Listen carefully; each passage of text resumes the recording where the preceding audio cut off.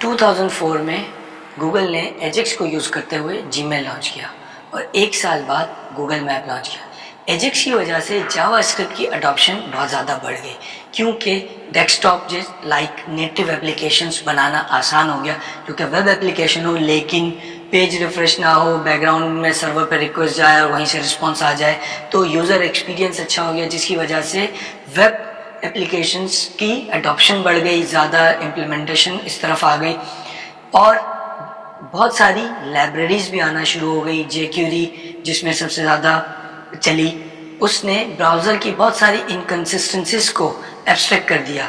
आप स्टैंडर्डाइज वे में काम करें, जो भी इनकन्सिस्टेंसीज हैं वो पीछे जेक्यूरी हैंडल करेगी, क्योंकि ECMAScript का स्टैंडर्डाइजेशन प्रोसेस एक टर्मोइल से गुजर रहा था, कोई फाइनल डिसीजन नहीं हो रहा था। 99 से 2008 तक लड़ाई ही चलती रही। इस दौरान एजेक्स ने बूम किया, एजेक्स की वजह से जावास्क्रिप्ट ने बूम किया, तो बहुत सारी लाइब्रेरीज आई जो कि जावास्क्रिप्ट के स्टैंडर्ड को किसी तरीके से इम्प्लीमेंटेशन को स्टैंडर्डाइज करने की कोशिश कर रही थी। वजह उसकी ये थी कि तमाम ब्राउज़र्स अपनी अपनी इम्प्लीमेंटेशन दे रहे थे और उनमें इनकन्सिस्टेंसी थी। इवन i5, 6, 7, 8 में भी अलग अलग इम्प्लीमेंटेशन थी, तो कोई चीज़ 6 में चल रही है तो 7 में नहीं चल रही, i7 में चल रही तो i8 में नहीं चल रही। इस तरह के प्रॉब्लम्स मौजूद थे, तो डेवलपर्स को ब्राउज़र्स में जावास्क्रिप्ट में चेक्स लगाने पड़ते थे कि ये i6 हो तो इस तरह की इम्प्लीमेंटेशन चले, i7 हो तो इस तरह की इम्प्लीमेंटेशन चले। तो ये डेवलपर्स के लिए बहुत बड़ा हेडेक था इस तरह की इम्प्लीमेंटेशन करना, और अक्रॉस द ब्राउज़र ये एक एडिशनल प्रॉब्लम थी। इसमें बहुत सारी लाइब्रेरीज आई जैसे कि डोजो, मोनो2, प्रोटोटाइप और बहुत सारी लाइब्रेरीज थी, लेकिन इसमें जेक्यूरी ने आउटशाइन किया। जेक्यूरी के 2-3 एडवांटेजेस थे। सबसे इम्पॉर्टेंट एडवांटेज जेक्यूरी का ये था कि जेक्यूरी ने ब्राउज़र की इनकन्सिस्टेंसीज को छुपा दिया। जेक्यूरी ने स्टैंडर्ड तरीक़ेकार दिया कि आप ये कोड लिखें, पीछे ब्राउज़र जो भी होगा जेक्यूरी उसके हिसाब से इम्प्लीमेंटेशन चला दे, एग्जीक्यूट कर देगी। तो आप एक तरीके से कोई फंक्शन है या कोई UI मैनिपुलेशन का काम है, आप स्टैंडर्ड तरीके से लिखेंगे जो जेक्यूरी ने बताया है। पीछे अगर i6 होगा तो जेक्यूरी उसकी इम्प्लीमेंटेशन चला देगी, i7 होगा तो उसकी चला देगी, डिफरेंट ब्राउज़र होगा तो उसकी इम्प्लीमेंटेशन चला देगी। जेक्यूरी एक cross platform light weight JavaScript library है। इसका ऑब्जेक्टिव ये है कि क्लाइंट साइड स्क्रिप्टिंग को स्टैंडर्डाइज किया जाए, सिंप्लीफाई किया जाए।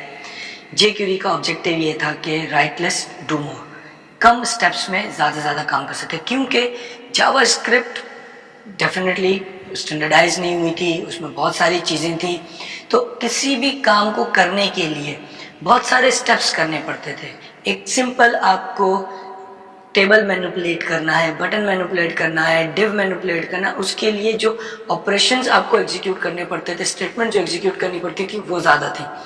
तो जावास्क्रिप्ट का ऑब्जेक्टिव ये था कि जो कॉमन टास्क हैं, जो स्टैंडर्डाइज टास्क हैं, उनके लिए सिंप्लीफाइड मेथड फंक्शंस दे दिए जाए, आप उन फंक्शंस को कॉल करें और आपका काम हो जाए। तो जो काम 4, 5 या 10 लाइनों में कोर जावास्क्रिप्ट के थ्रू हो सकता था, जेक्यूरी में वो 1, 2 या 3 लाइंस में होने लगा। तो उसकी वजह से जावास्क्रिप्ट की अडॉप्शन बहुत ज़्यादा बढ़ गई।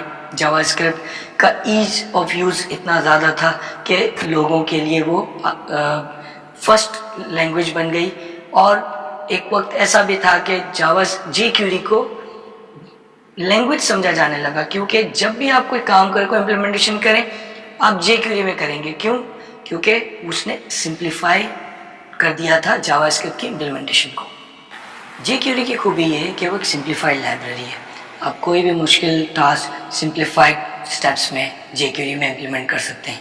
लेकिन जेक्यूरी का प्रॉब्लम ये था कि जेक्यूरी आपके पेज में, पर्टिकुलर पेज में इंक्लूड होती है, और उस पेज में आप जो भी फीचर्स उसके यूज़ करना चाह रहे हैं, जो भी फंक्शन इम्प्लीमेंट करना चाहते हैं, जैसे जैसे एप्लीकेशंस बड़ी होती जाती हैं, आपका UI कॉम्प्लेक्स होती चली जाती है, जेक्यूरी का कोड अनमेंटेनेबल हो जाता है, क्योंकि वो फंक्शंस हैं, कॉलिंग है, वो आपके पेज में इंक्लूड है, तो आपका पेज कॉम्प्लेक्स होता चला जाता है और jQuery का कोड अनमेंटेनेबल होता चला जाता है और आपके पेज में बहुत सारी जावास्क्रिप्ट लिखी हुई है, इसको मॉन्स्टर साइज जेएस कहते हैं, कि एक स्पागेटी कोड मौजूद है एक सिंगल पेज के अंदर जिसमें आप सारा कोड लिखा हुआ है।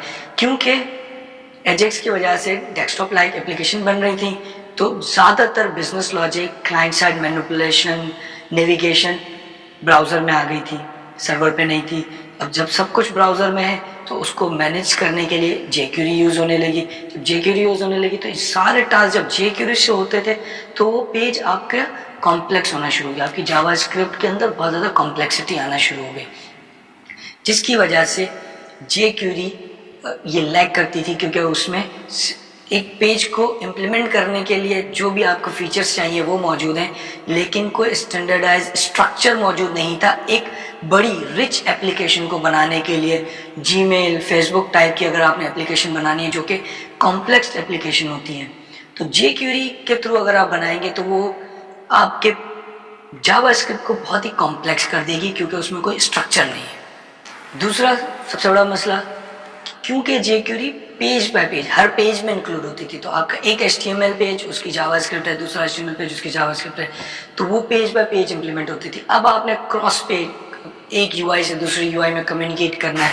डेटा ट्रांसफ़र करना है, तो उसके लिए भी कोई प्रॉपर तरीक़ेकार मौजूद नहीं था क्योंकि jQuery इसलिए बनी नहीं थी। jQuery आपकी जावास्क्रिप्ट किसी पर्टिकुलर पेज में मौजूद हो उसको सिंप्लीफाई करने के लिए बनी थी।